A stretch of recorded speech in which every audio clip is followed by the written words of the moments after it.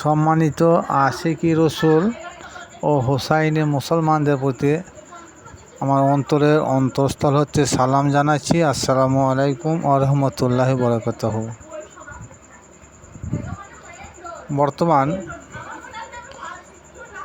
মহাগ্রন্থ আল কোরআন আল্লাহ পাক রব্বুল আলামিন তিনার পেয়ারা হাবিব নবী মোহাম্মদ মুস্তাফা সাল্লাল্লাহু তাআলা আলাইহি সাল্লামের উপরে তিনি নাজিল করেছেন এবং সেই কোরআন কিছু আদেশ, কিছু নিষেধ, কিছু জায়েজ, কিছু না জায়েজ, কিছু হারাম, কিছু হালাল, কিছু উপমা, কিছু পুরাতন কাহিনী আল্লাহ পাক রব্বুল আলামিন তিনি তিনার পেয়ারা হাবিব নবী মোহাম্মদ মুস্তাফা সাল্লাল্লাহু তাআলা আলাইহি সাল্লামকে এটা শুনিয়েছেন। তিনি যে শুনিয়ে থাকবেন না, তিনাকে শোনানো মানে এটা তিনার উম্মতদের জন্য এটা পালনীয় করতে হবে। কারণ নবী পাক সাল্লাল্লাহু তাআলা আলাইহি সাল্লাম উপরে যে 30 পারা কোরআন নাজিল হয়েছে, আল্লাহ নাজিল করেছেন, সেটা নবী পাক সাল্লাল্লাহু তাআলা আলাইহি সাল্লামকে থ্রু করে তিনার উম্মতদের জন্যে সব কিছু তিনাদের মানতে হবে। যখন কোরআনকে যখন সত্যায়ন করা হলো, সমস্ত নবীদেরকে ডেকে যখন সত্যায়ন করা হলো যে ঠিক আছে কোরআন সত্যায়ন করবে, এবং তারপরে কি বললেন, ওয়ালা তাস্তারু বিআয়াতি সামানান কালিলা, সূরা বাকারা আয়াত নম্বর 41। এই আয়াতে আমার আল্লাহ পাক রব্বুল আলামিন বলেন, তোমরা কোরআনের আয়াতের বিনিময়ে স্বল্প মূল্য তোমরা গ্রহণ করিও না। যেখানে আল্লাহ পাক রব্বুল আলামিন নিষেধ করলেন যে কোরআন আয়াতের বিনিময়ে স্বল্প মূল্য তোমরা গ্রহণ করিও না। যেখানে আল্লাহ পাক রব্বুল আলামিন কোরআন শিক্ষা দেওয়ার পর, কোরআন প্রচার করার পর, কোরআনের বয়ান করার পর যদি কেউ বলে আমি মূল্য নেব, সেটা কি হলো, সেটা আল্লাহর কথা সে মানলো না মানলো না। বর্তমান যুগে বছরে একবার 30 রমজান আমাদেরকে পালন করতে হয়।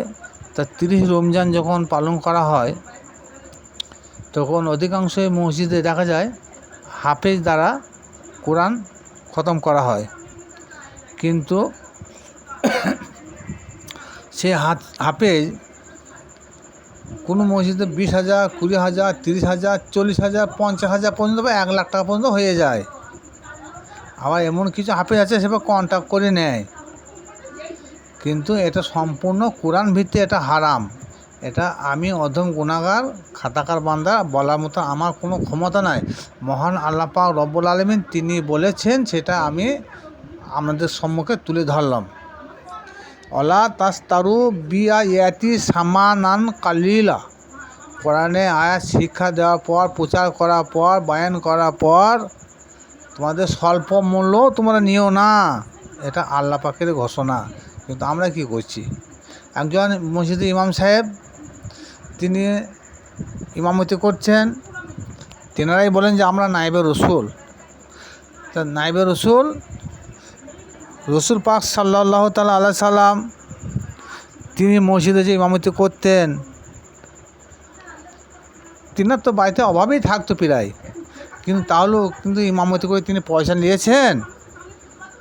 কোনো আলেম, কোনো বুজুর্গ ব্যক্তি, কোনো হুজুর, কোনো বড় বড় ইসলামিক কলা কেউ বলতে পারবেন? কেউ বলতে পারবেন না যে হুজুর পাক সাল্লাল্লাহু তাআলা আলাইহি সাল্লাম মসজিদে ইমামতি করে পয়সা নিয়েছেন। এটা বলা কারো ক্ষমতা নাই। তাই বর্তমান যুগে আমাদের মসজিদে যেনারা ইমামতি করেন, তেনারা কী বলছেন, বলছে 5,000 হবে না, ছেলে মেয়ে আছে, বাপ মা আছে, ডাক্তার পানি আছে, বিভিন্ন রকম তারা অজুহাত দেখে কী করে তারা মাইনে একটা কন্ট্যাক্ট করে নেয়। 5-6 মাস থাকার পর তারা কিছু মুসল্লিকে কন্ট্যাক্ট করে সে মসজিদগুলোকে তারা নিজে আয়ত্তে নিয়ে আসে, তাদের মাধ্যমে বলা করায় যে না, ইমাম সাহেবের এই মাইনেতে পেট ভরবে না, দিন চলবে না, মাইনে বাড়াইতে হবে। এবারে যারা একটা জেনারেল শিক্ষিত আছেন, তেনারা চিন্তাভাবনা করে দেখবেন যে তেনারা কোরআনের আয়াত মেনে চলেন না চলেন না। কোরআন যেখানে বলছে যে কোরআনের আয়াতের বিনিময়ে কোরআন শিক্ষা দেওয়ার পর, কোরআন প্রচার করার পর, কোরআনের তেলাওয়াত করার পর মূল্য নেওয়া পুরো হারাম, যেখানে আল্লাহ পাক রব্বুল আলামিন ঘোষণা করে দিয়েছেন, সেখানে বর্তমান যেসব হুজুররা মসজিদে থাকেন তেনারা কী করে বলতে পারেন যে আমাদেরকে মাইনে লাগবে, এই মাইনে তো হবে না, আরও মাইনে বাড়াইতে হবে, নাহলে থাকবো না। আল্লাহ নবী পাক সাল্লাল্লাহু তাআলা আলাইহি সাল্লাম কোনদিন এ কথা বলেছেন? অথচ আজকে খাওয়ার পর কালকে খাবেন, এটা কোনো ব্যবস্থা তেনাদের ছিল না। তাহলে সেই নবী পাক সাল্লাল্লাহু তাআলা আলাইহি সাল্লাম মসজিদে ইমামতি করেছেন, পয়সা কারোর কাছ থেকে লেন নাই। এরপরে দেখুন আল্লাহ পাক রব্বুল আলামিন সূরা ইয়াসিন 21 নম্বর আয়াতে কি বলছেন আবার? বিসমিল্লাহির রহমানির রহিম, ইত্তাবিউ মাল্লা ইয়াসআলুকুম আজরা ওয়া হুম মুহতাদুন। অর্থাৎ আল্লাহ বলেন, স্মরণ করো তাদের যারা তোমাদের নিকট কিছু বিনিময় চায় না। তাহলে এখান থেকে আল্লাহ বলতে চাইছে যে তাদেরকে স্মরণ করো যারা তোমাদের কাছে কিছু বিনিময় চায় না। আর যারা বিনিময় চাবে, এই আয়াত ভিত্তিক বোঝা গেল যে তাদেরকে স্মরণ করতে আল্লাহ পাক রব্বুল আলামিন তিনি নিষেধ করেছেন। তাহলে এখানে কি বোঝা গেল? বর্তমানে ইমাম সাহেব বিনিময় চাইছে, আমি ইমামতি করছি, কিছু বিনিময় লাগবে, আমি মিলাদ পড়ছি, কিছু বিনিময় লাগবে, আমি বি পড়াইছি, কিছু বিনিময় লাগবে, আমি একটা মাদুলি দিচ্ছি, কিছু বিনিময় লাগবে। আল্লাহ পাক রব্বুল আলামিন সেটা পুরো হারাম ঘোষণা করে দিল। পুরো বলতে তাদেরকে মোটে অনুসরণ করো না। তাহলে আমরা কি সঠিকভাবে কোরআন মানি? আমরা কোরআন মানি কোনটা জানেন? শিরিক আর বিদাত, শিরিক আর বিদাত, এছাড়া আমরা আর কিছুই বুঝি না। আর হাতের মধ্যে 3 বার পানি না পৌঁছালে ঠিক মতন, হাতের লোম যদি একটা শুকনো থাকে তা আমাদের ওজু হবে না, এই ফতোয়া দেন। কানে ঠিক মতো পানি না পৌঁছাইলে ওজু হবে না, নাকের মধ্যে পানি না পৌঁছাইলে ওজু হবে না, বিভিন্ন ধরনের ফতোয়া। আর বেশি কিছু তেনাদের মুখ থেকে শুনতে পাওয়া যায় না।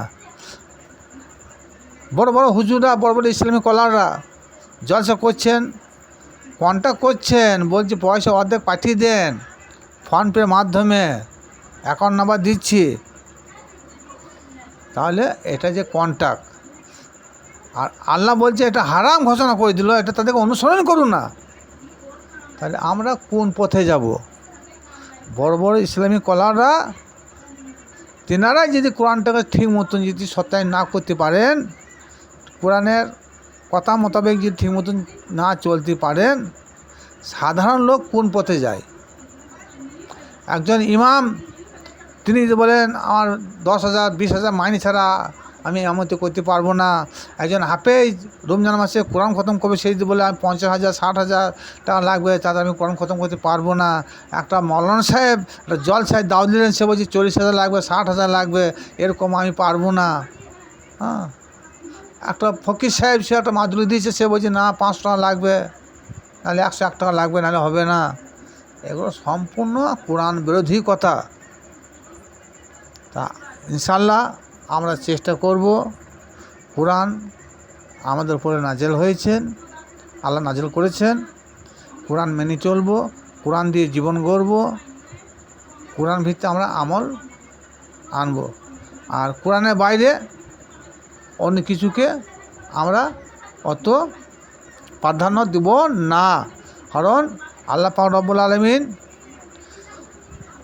আল কোরআনের মধ্যে 3 জায়গায় 3টি কথা বলেছেন যে কোরআন মোতাবেক যদি কেউ কিছু ফাইসলা না করে সে জালেম।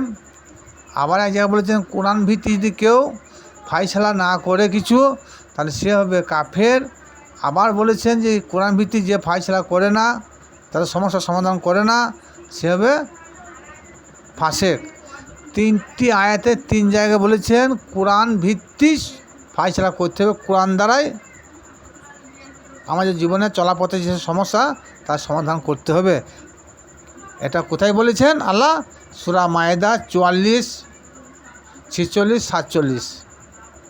আমরা এখন ইন্টারনেটের যুগ, মোবাইল খুলে দেখলেই পাবেন যে কোরআনে আল্লাহ পাক রব্বুল আলামিন যেখানে বলেছে কোরআন দিয়ে তোমাদের জীবন গড়তে হবে, কোরআন দিয়ে তোমাদের সমস্যার সমাধান করতে হবে, কোরআন দিয়ে তোমাদের ফায়সালা করতে হবে, তাহলে আমরা হাদিস নিয়ে এত মারামারি করব কেন?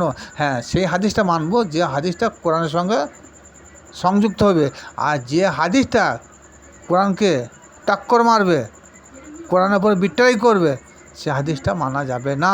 সুতরাং হাদিস থেকে কোরআনের সম্মান মহা ঊর্ধ্বে, কারণ কোরআন হচ্ছে আল্লাহর কথা, হাদিস হচ্ছে হুজুর পাক সাল্লাল্লাহু তাআলা আলাইহি সাল্লামের কথা। কারণ যে হাদিসে প্রাধান্য বেশি দিই, তাহলে আমাদের আল্লাহ থেকে নবী প্রাধান্যটা বেশি হয়ে যাচ্ছে আমাদের কাছে। সুতরাং আল্লাহ জায়গায় থাকবেন, রসুলের জায়গায় থাকবেন। আল্লাহ তিনি রসুল নন, আর রসুল আল্লাহ নন, তবে